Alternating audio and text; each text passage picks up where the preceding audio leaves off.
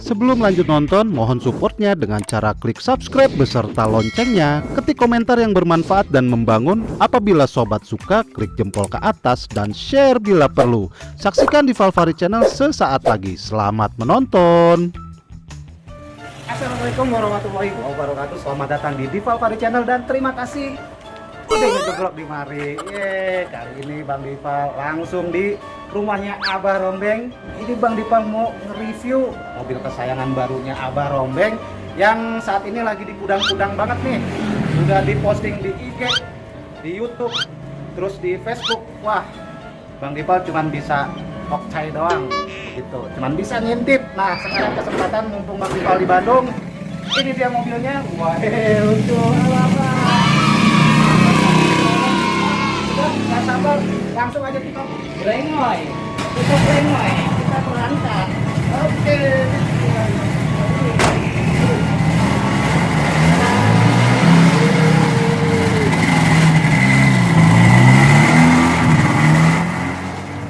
Daihatsu S38P merupakan generasi keempat dari keluarga Daihatsu Hi-Jet. Generasi pertama Daihatsu Hi-Jet diluncurkan di Jepang pada November 1960. Kemudian generasi keduanya keluar pada Februari 1966. Namun generasi pertama dan kedua itu tidak masuk Indonesia. Yang pertama kali masuk ke Indonesia adalah generasi ketiga dengan kode S37 pada tahun 1972. Itu pun tidak dijual bebas, melainkan diimpor untuk menjadi kendaraan dinas pemerintah untuk menanggulangi letusan Gunung Merapi pada saat itu.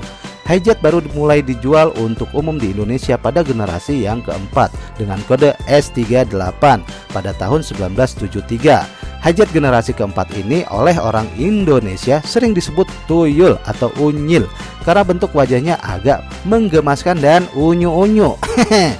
Hi-Jet S38 ini bisa dibagi menjadi dua jenis, yaitu S38V untuk varian minibus atau van yang bodinya langsung diproduksi oleh Daihatsu Jepang. Bujuk gue dapat order Gojek. Lumayan nih 16.000 buat beli rokok. Narik dulu sis, semongko. Udah doain lo. 15 minutes later. Elah, dia sempet-sempetnya narik Gojek. Voice overnya yang profesional dikit lah. Oke, lanjut. Sedangkan varian pick up dan varian minibus, Loh, kok gambarnya salah, Min? Ini salah gambarnya, Min. Nah, ini baru bener.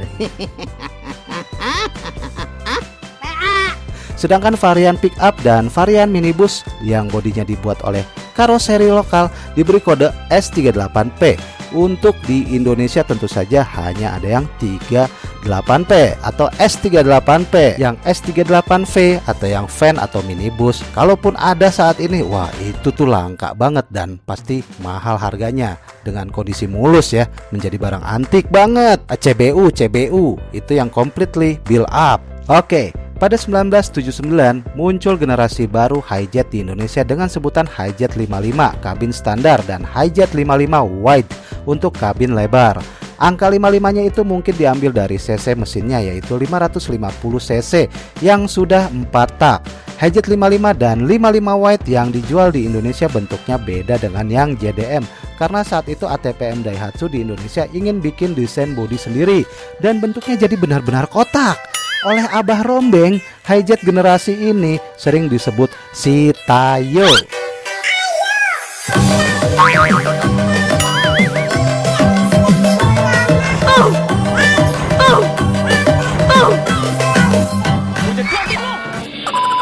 Lanjut.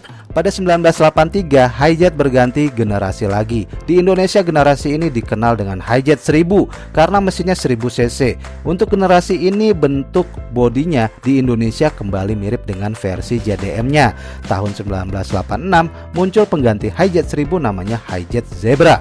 Namun tampang depannya masih mirip dengan Hi-Jet versi JDM. Nah, versi Indonesia ukuran bodinya tuh lebih lebar.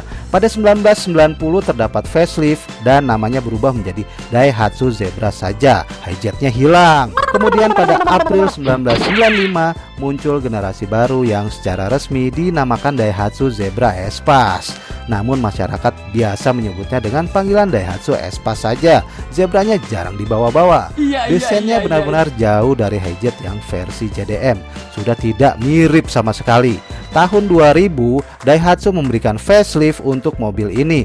Tapi walaupun hanya facelift, namanya berubah menjadi Neo Zebra. Jadi sebenarnya yang facelift ini sudah bukan Espace lagi, namun masyarakat tetap memanggilnya dengan nama Espace, saking sudah familiarnya nama Espace. Kemudian akhir 2004 ada facelift lagi, dan namanya berubah lagi menjadi Daihatsu Zebra Master. Nah itu mobil gue pernah punya. Namun di masyarakat tetap dianggap Espace. Ya gua pun juga memanggilnya Espace. Zebra Master ini diproduksi hingga Oktober 2007 dan kemudian digantikan oleh Daihatsu Grand Max dan Daihatsu Luxio. Kemudian pada November 2016 ATPM Daihatsu di Indonesia mencoba memproduksi Hijet versi JDM, yang di sana Hijet sudah memasuki generasi ke-10. Hijet JDM tersebut diberi mesin Ayla 1000 cc dan dijual di Indonesia dengan nama Daihatsu Himax. Kalian pasti tahu Daihatsu Himax. Namun sayang sekali tidak laku, sehingga produksi Himax dihentikan, didiscontinue pada tahun 2019. Dulu waktu diproduksi dicuekin, nggak laku. Nah sekarang nih mobilnya udah langka banget nih si Himax. Nanti bakalan jadi calon mobil antik dan langka, dan harganya sangat mahal. Lihat aja nanti. Jalan sempit, Daihatsu Himax, si kecil gesit, jagoan jalan sempit. Daihatsu sahabatku. Iya.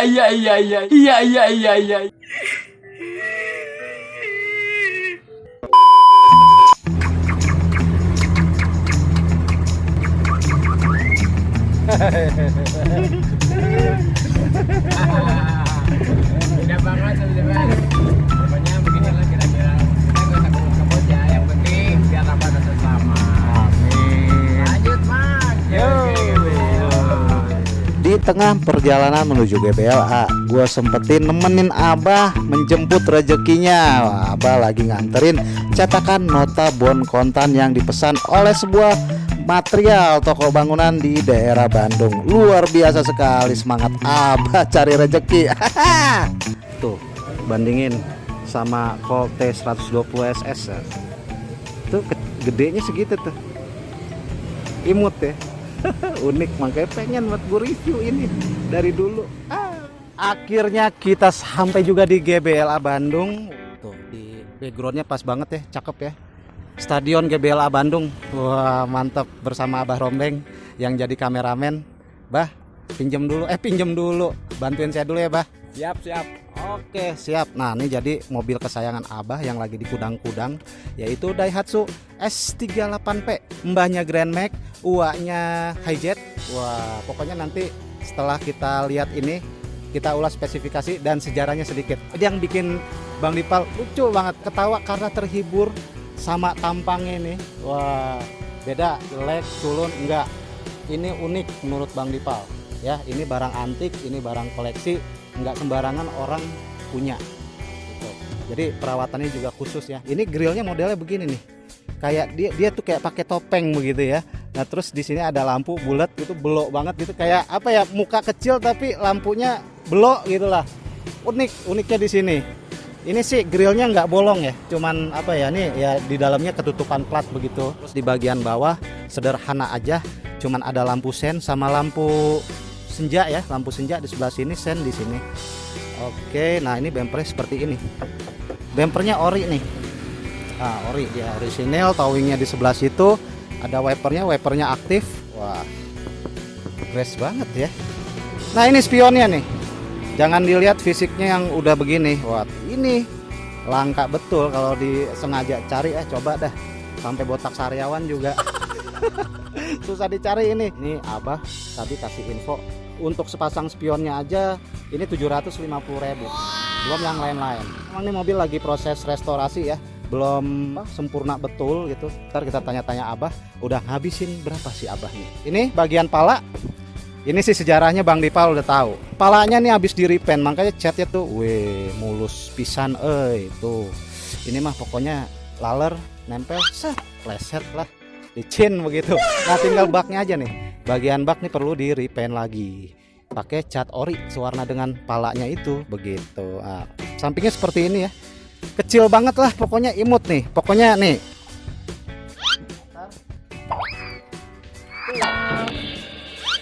Oke. Pokoknya tadi sempat ini ya, sempat parkir di samping Mitsubishi T120 SS. Waduh, itu kebanting banget deh ukurannya. Oke, velgnya ini dia memakai ukuran 5.00 strip 10. Nah, mereknya Bridgestone depan belakang dengan kondisi ban saat ini ya ini sekitar 75% lah masih layak pakai. Vulkanisir. Oh iya. Vulkanisir pemirsa. Begitu kayak begitu ya. Ya tapi masih layak pakai lah ya. Untuk pemakaian jarak pendek. Nah, ini velgnya seperti ini nih. Bautnya dia beda dari yang lain, mobil-mobil biasa gitu ya. Tuh, ini mah bautnya banyak tuh. Bautnya banyak banget. Ban Vespa ini, pakai ban Vespa. Ini chassisnya leather frame ya. Ini hasil rekondisi juga, habis dipernis juga. Suspensi belakang dia memakai per daun seperti layaknya mobil barang, dan depan ini kita longok double wishbone ya, Bay ya. Modelnya kayak gitu ya. Double wishbone udah lebih empuk kayak Panther nih. Dia udah pakai duluan atas bawah, ada ininya, ada ringnya juga, ada springnya. Nah, sebelah sini ya sama aja ya, sama aja, cuman bedanya di sini ada akinya nih. Tuh tempat aki ya kalau mau bener-benerin maintenance kelistrikan. Ini nomor rangkanya dia ada di sebelah sini guys. Nah, itu dia mesinnya tuh. Itu gearboxnya tuh, masih kinclong gearboxnya juga, Crash ini mah. Terus mesinnya juga dilongok tuh. Aduh, kinclong banget deh. Tuh seperti itu guys. Yuk kita lihat dalamnya yuk. Oke, kita lihat dalamnya nih. Sederhana ya, udah cuman dashboard begini aja nih. Build quality-nya ya dari hard plastik. Kayak begini, cuman ada laci di sini. Cuman ada laci, isinya segala macam lah, perkakasnya si Abah gitu. Nah, di tengah sini cuman dami-dami ini ya. Tempat AC, cuman dami aja, nggak ada AC-nya. Alami apa adanya, pakai angin gelembung. Lampu di sebelah sini, saklar lampu. Terus ini udah ditambahin sama Abah nih untuk kepentingan sekarang ya, zaman now. Buat ngecas handphone. Ya, udah ditambahin ya, Bah ya. Zaman dulu mana ada buat ngecas handphone? Nggak ada. Begitu. Nah, ini klaksonnya kayak gini nih. Klaksonnya unik. Udah nggak sabar nih pengen nyobain nih. Aduh, ini joknya kayak gini tuh. Dibalut vinil ya, custom ini mah. Nah, ini aslinya kayak gini. Seat belt, seketemunya kayak gini.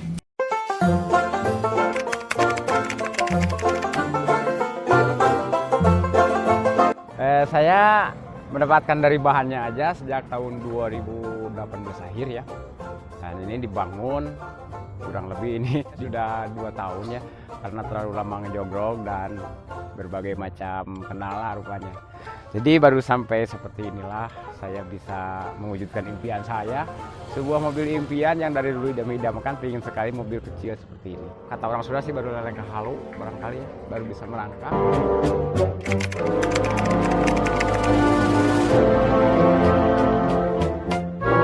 Begini ya, semua ini saya restorasi total sebenarnya sampai lepas baut. Dianggarkan dari bahannya aja, dulu saya beli mobil ini seharga 12 juta ya. Rekondisi mesin kurang lebih 3,5 juta. Perbaikan sasis sampai dicat kurang lebih 2 juta. Dan kaki-kaki, pengelasan dan pengecatan bodi depan ini sekitar 16 juta. Kepalanya aja. Dan masih banyak ini yang perlu dikerjakan, diantaranya bagian dari bak leading, jadi bungkus jok ya, perbaikan rem, perbaikan kopling, bak belakang juga belum, rantai perlu diganti, ban perlu diganti kurang lebih. Kalau mau bagus sih sekitar 20% lagi lah, 20% lagi ya, sekitaran di posisi 15 sampai 10 juta.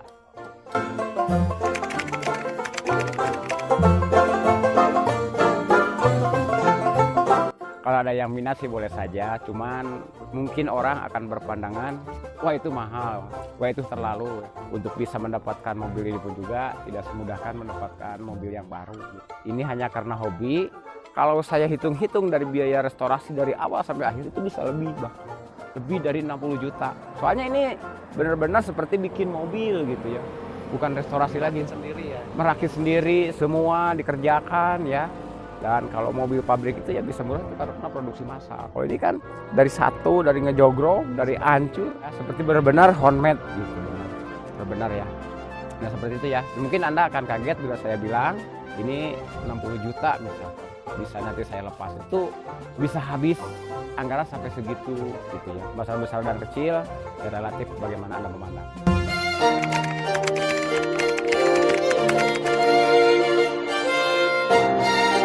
Kepuasan yang saya dapatkan diantaranya ya banyak yang merasa terkenal, banyak yang ngasih jempol ya, semua orang melirik gitu ya.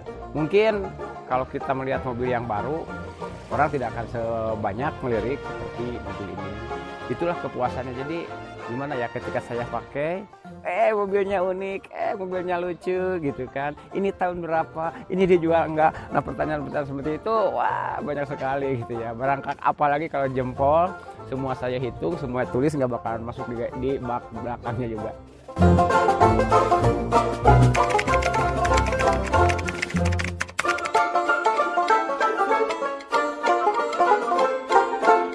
Jadi pesan-pesan saya ya, hargailah sejarah sebagaimana kita menghargai diri sendiri gitu ya.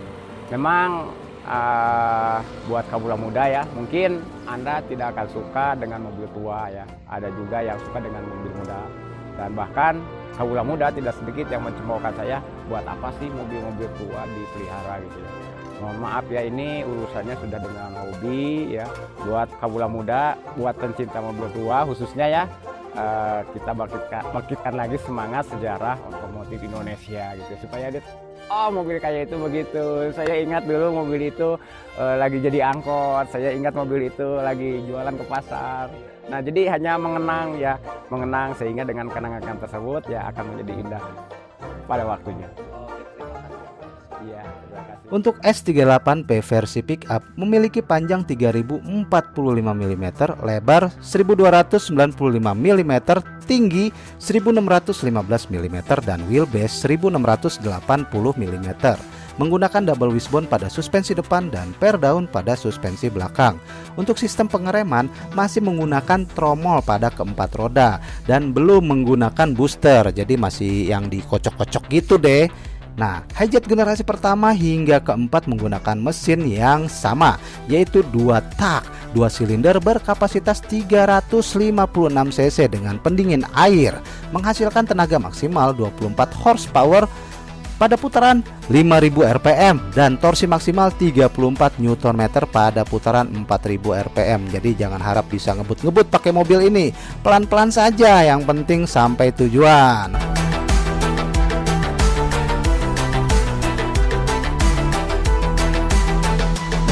Membran, karburator, harmonika, busi, switch, dinamo starter, di sebelah sana dinamo starter. Nah ini kamu jalan, itu aja, 2 silinder. Oke lanjut, mesin ini digunakan juga pada Daihatsu Velomax.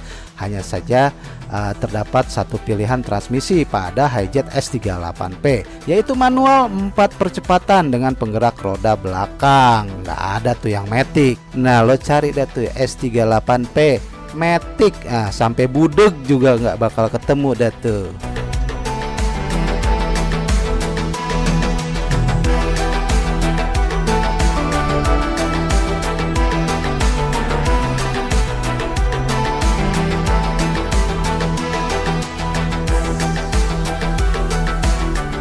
So secara dimensi jadi emang benar-benar kecil mungil banget ini S38P. Kalau dijajarin sama Himax mungkin lebih gede Himax daripada S38P ini gitu. Sampai-sampai di dalam kabinnya itu Mungkin anak SD kelas 6 aja itu kakinya udah nyampe dan visibilitasnya tuh pas banget gitu di postur badan anak-anak kelas 6 SD itu. Makanya ini mobil unik banget deh. Abah emang bener-bener pas banget nih punya mobil kayak gini. Aduh, pilihan yang tepat untuk dikoleksi lah. Walaupun secara performa tidak selincah ST20 yang bertenaga ya. Iya, secara dimensi ada yang lebih mungil dari S38P. Nah, kebetulan gue pernah temuin ini mobil, yaitu Honda TN7. Bagaimana kalau kita cobain aja, Bah? Ayo. Wah, mantap ini. Cobain ya. Masuk lah. Tadi aja udah Ini masih loncat. nih, hampir ke perut. Hampir ke perut nih. Ya, posisi berkendara Bang Dival. Tuh lihat. Wah, ini hampir ke perut. Tapi visibilitas ya luas lah. Nah, ini juga hampir mentok. Untuk setinggi badan Bang Dival 170 cm.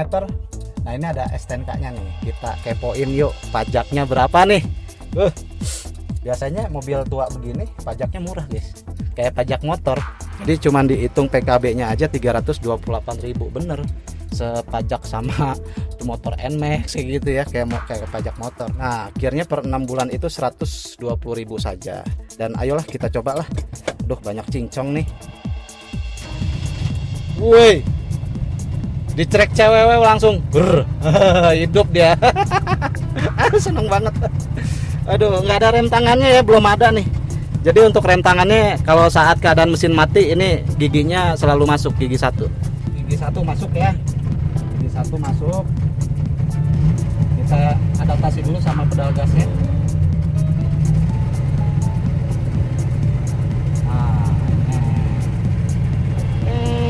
Jalan asik.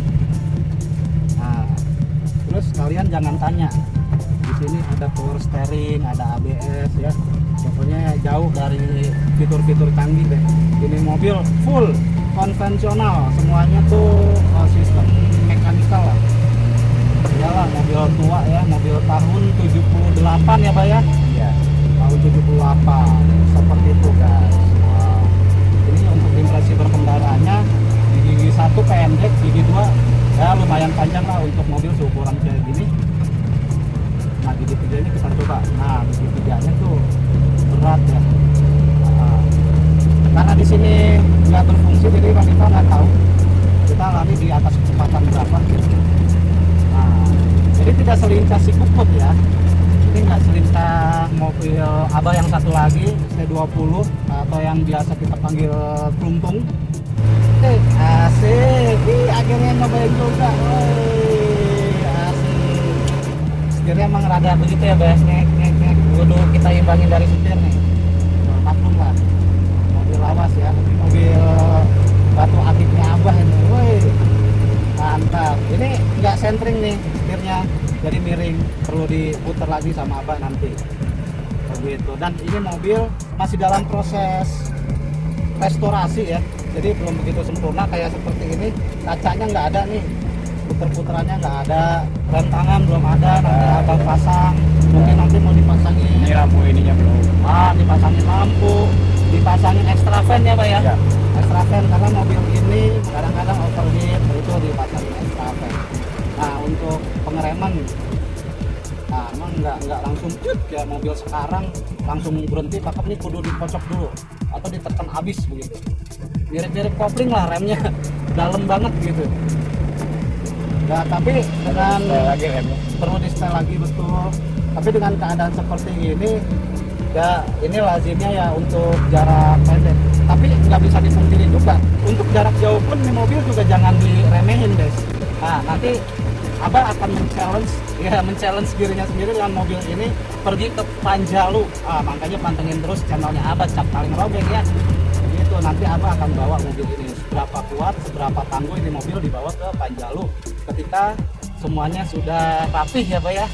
Waduh, mantap sekali. Puas nih, Pak. Akhirnya waduh, impian saya terwujud. Setelah lihat postingan Abah, akhirnya bisa ngerasain juga. Mantap. Kita matiin dulu, guys. Oke guys, jadi seperti itu rasanya dan spesifikasinya. Beginilah mobil kesayangan Abah yang lagi di kudang-kudang. Makanya kalau ada yang minat, tuh nomor telepon Abah Bang Dival taruh di deskripsi. Oke guys, segini aja dah dulu. Sampai ketemu lagi di video berikutnya. Bang Dival undur diri dulu sama Abah Rombeng. Wassalamualaikum warahmatullahi wabarakatuh. Dadah.